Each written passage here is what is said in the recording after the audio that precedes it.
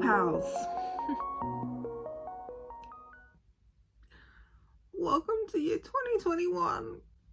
What the we made it, I guess, through the year. So I thought, I guess my first video this year was going to be about the 50 books I read last year in 2020. So I read 50 books in 2020, which may not be a lot to the bookish community, but it's a lot to me. I don't think I've ever read 50 books in a year, but I really relied on books for escapism, sometimes shows, definitely not as much as other years. I just didn't find too many things I cared that much about to watch, except Dawson's Creek, bitch. Dawson's Creek is way better than I thought it could ever possibly be. The fuck? I slept on that shit. I was 2 when that shit came out, but I slept on it.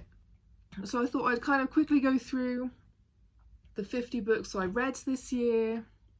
This is not all of them, obviously. A lot of the books I read were ebooks that I either got really cheap or that I decided I wanted to read right now and wasn't going to wait for the book.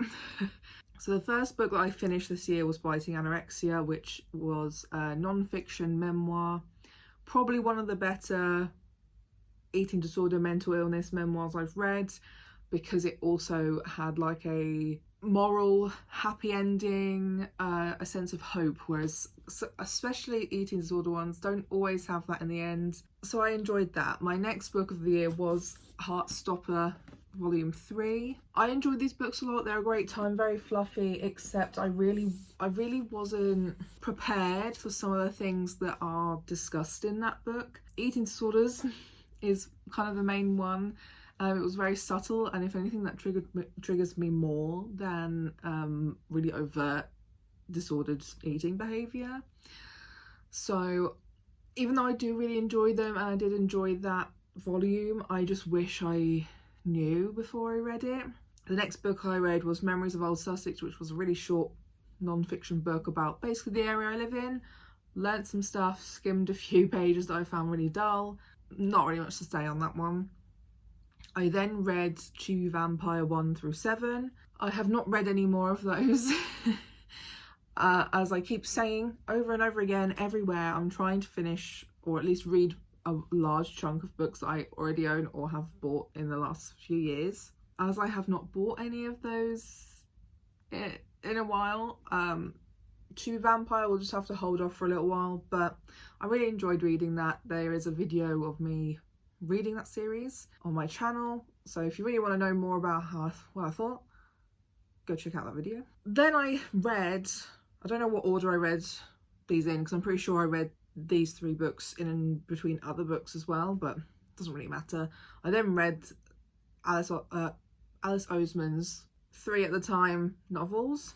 I don't really have an interest in Loveless, so I don't think I'm going to read it. Also, having read these 3 novels, Radio Silence, I Was Born for This, and Solitaire,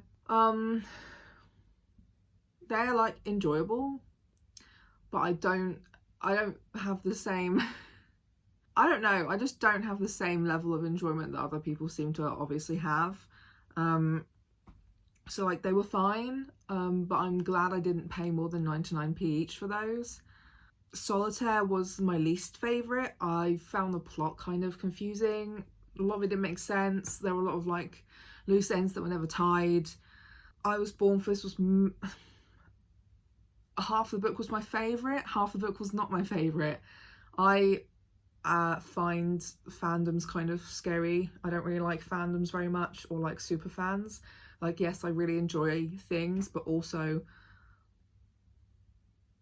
super fans scare me. They kind of have this very specific viewpoint of the world, the people, the characters, to the point that the people involved in the productions that they love so much almost aren't real people anymore.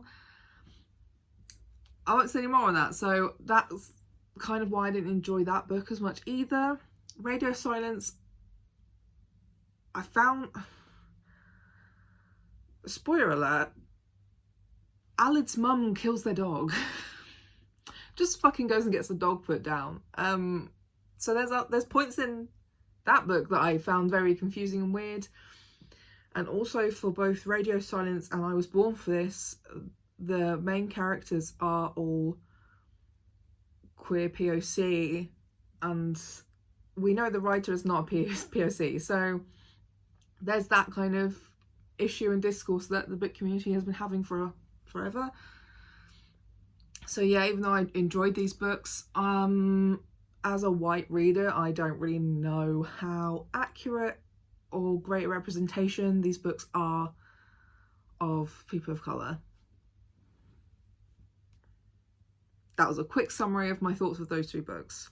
I then read Princess Diaries 1, which was great. I later read the 5th book, don't ask, I don't know how I got there. Hated it, wanted to die. More on those opinions in my 2000s YA reading vlog. Yep. Not even. I read If Only by Melanie Murphy. I read her like memoir / self-help guide a few years ago, which I found very helpful back then. And I really liked the idea of this story where the locket was passed down from her granny, and it can show you, I think it was 12, I can't remember, different possibilities you could have had in life if you had made a different decision somewhere, or if one thing didn't happen or did happen. And like, yeah, I don't know, I really enjoyed it. You can, if you're a watcher of Melanie Murphy's YouTube channel and stuff like that, you can really see there's a lot of like very clear inserts from people in her life, including herself and things like that, which I don't think is a bad thing. And I think it doesn't affect your reading if you didn't know her as well. And it's definitely more of like an adult read. I don't read a lot of adult fiction, although I want to try to more this year, and I have been trying to pick up books here and there. Yeah, kind of fantasy. It was quite nice. I enjoyed that book. I think I also bought that for 99p as an ebook. Not sure if I'll buy like a physical copy yet. Maybe, who knows. I then read Loveboat Taipei, another cheap ebook. I really enjoyed this book. I've seen a lot in the last half of 2020 that people didn't like that book very much. So I don't really know why. I mean, a friend of mine couldn't really relate to it because, I mean, it is very like sex focused. Like sex is like a really big motivator for a lot of the characters, which I personally understand. That was a lot of what I lived as, not necessarily me, but like my friends and stuff as teenagers. And even though like this wasn't a performing arts thing, I went away a lot for performing arts courses in summer and that, so I could relate to the whole kind of like, woohoo, we're away from our parents, we kind of get to do what the fuck we want to, kind of vibe of that book. So I think that's partially why I enjoyed it, but also just reading a book like that, because there are lots of books that are very similar to my real life experience, like Louise Rennison's Wuthering Heights. That's literally all about going away in the summer in the UK for a drama school thing. I've read that a million times. I've read all the white characters doing that. So reading it from a point of view of Asian American characters mostly, I think, going over to Taipei, where most of their families were from or lived around that sort of area, to do a summer course to learn traditional skills, and also possibly be beneficial for their university applications and stuff, and a lot about Taipei's culture in general. So I felt particularly really immersed in that. I really liked that book. So I personally would recommend it, but you know, different boats, different strokes. I don't fucking know. I then read Raw, which is another eating disorder memoir. Absolute trash. Trash, trash, trash. Do not pick this book up. It's literally just this girl fucking wanking over her misery, and that's it. Like, it's really just a lot of soapbox. Oh, I was so ill. So don't fucking read it. It's bad. Don't read it. Also, she barely wrote anything in it. Most of it's just literally copy and pasting other people's letters to her, emails to her, you know, like she barely even wrote her own book. fuck off. I then read Hunger Games 1 and 2 on ebook. I have recently picked up the trilogy because I enjoyed it so much. I'm pissed the films did not like literally show us that Peter was fucking disabled. He lost half of his leg. He's disabled. That's how much. That's the ableism of Hollywood, honey. They can't even show a guy losing half his leg from being in basically a war. Right, honey, but I enjoyed the books so much that I bought physical copies of them. I'm waiting for them to arrive. I still don't want to read the new one. But those were great. I had a fantastic time. It was a little bit eerily like living a fucked up dystopian life and then reading about one. Whatever, apparently that helped me through this year. I read Lot. I got this as an ebook for 99p as well. I think it's by Brian Washington, who is a black queer writer. I got a bit confused. I've talked about this a few times. I got a little bit confused with who was talking when. I think maybe it could have been a little bit clearer with what characters were actually in the point of view or not. It was mostly a one character's point of view, but it seemed to change a little bit. Overall, I thought it was a really interesting book. There were a lot of things I liked about it. For anyone who wants to read it, there is an underage rape scene, which I wasn't prepared for, but yeah. Otherwise, it's very interesting. I really enjoyed reading about basically black queer men living in Houston, or by POC. I'm not entirely sure that all the characters were black, but yeah. I quite enjoyed it. I don't think it's something I would read again. I then read Dark Days, which is a book of 3 essays by James Baldwin. Fantastic, but also, again, very eerily the same as today. I also read this in June 2020. So it made me realise that basically nothing has changed since, 1950s, 1960s. So we love that. You can pick it up for like £1, brand new. So if that's something you're interested in reading, go for it. There were some really beautiful like quotes from that they just really hit. They hit. And obviously James Baldwin was a black gay man, so as well, there you go. I then finally finished Becoming Dangerous. I don't want to talk about this book anymore, but it was just sort of like the book that I could never finish reading, because I don't know, there were some essays I just could not get into. Some of them were really interesting. They were all kind of non-men writers, so a mixture of cis women, trans women, non-binary people, things like that. Mixture of bi POC, disabled, chronically ill, neurodivergent, things like that. And kind of with the theme of like ritual, witchy kindness with it. So if that sounds like your vibe, then I do recommend it. But oh my god, it was just, I just couldn't get through it. But I did finally finish it in the end. I then read the first Divergent book, ebook again. I think I want to continue the series, but I'm not entirely sure. It was just kind of like I was just having like a moment where I was reading a lot of throwback kind of books. Kind of like, I don't even know when these came out. But I remember the film was all sort of coming out around the 2012-ish kind of time. So I just had a moment where I was just reading the books of films that came out in 2012. I then read Poems of William Blake. Most boring poetry book I've ever read in my life. So I'm never going to read any classic poetry ever again. I really forced my way through it because I hated it so much.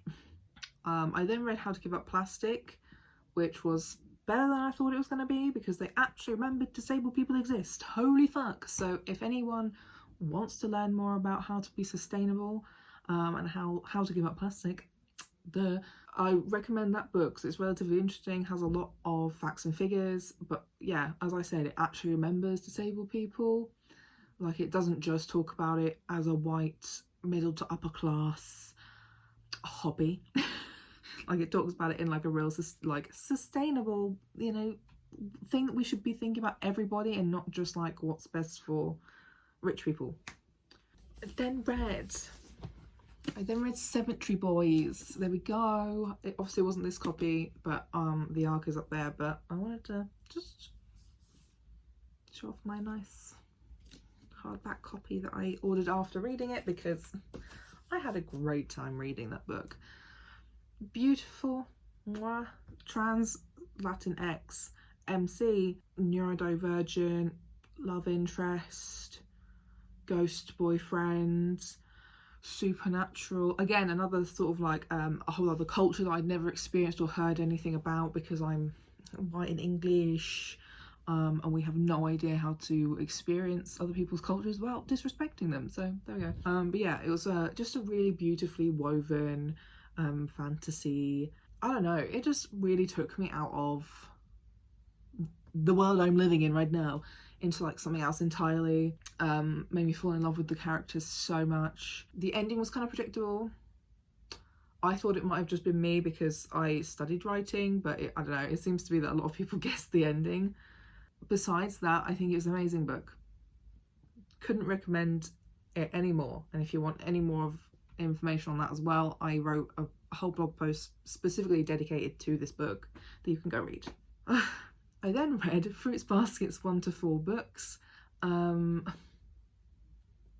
also have a video on that, but I also don't even really want to recommend you watch it because I got a lot of shit for it from the weebs. Some of it I understand that I, as a Western person, just didn't get, and I wrote some stuff about that on my Instagram. There's a lot of other things that I still stand by that I just didn't really vibe with, and I do wonder how it got so popular, you know.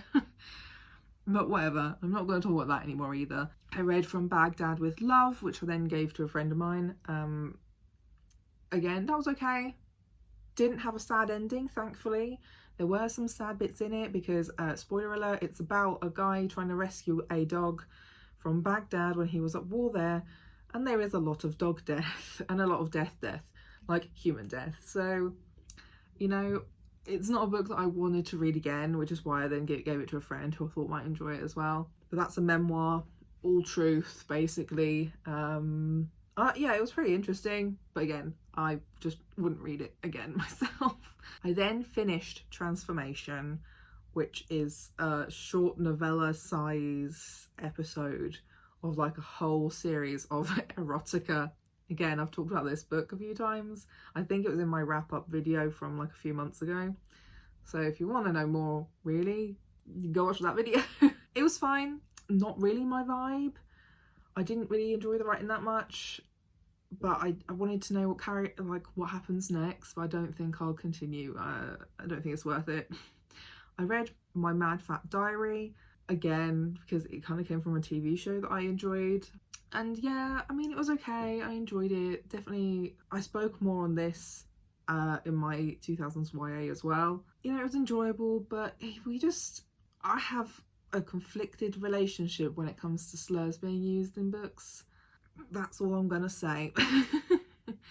I read Mediator, the first book of that series. Absolute trash, racism everywhere. Again, you can see all that in my 2000s YA reading vlog. I don't want to talk about them anymore.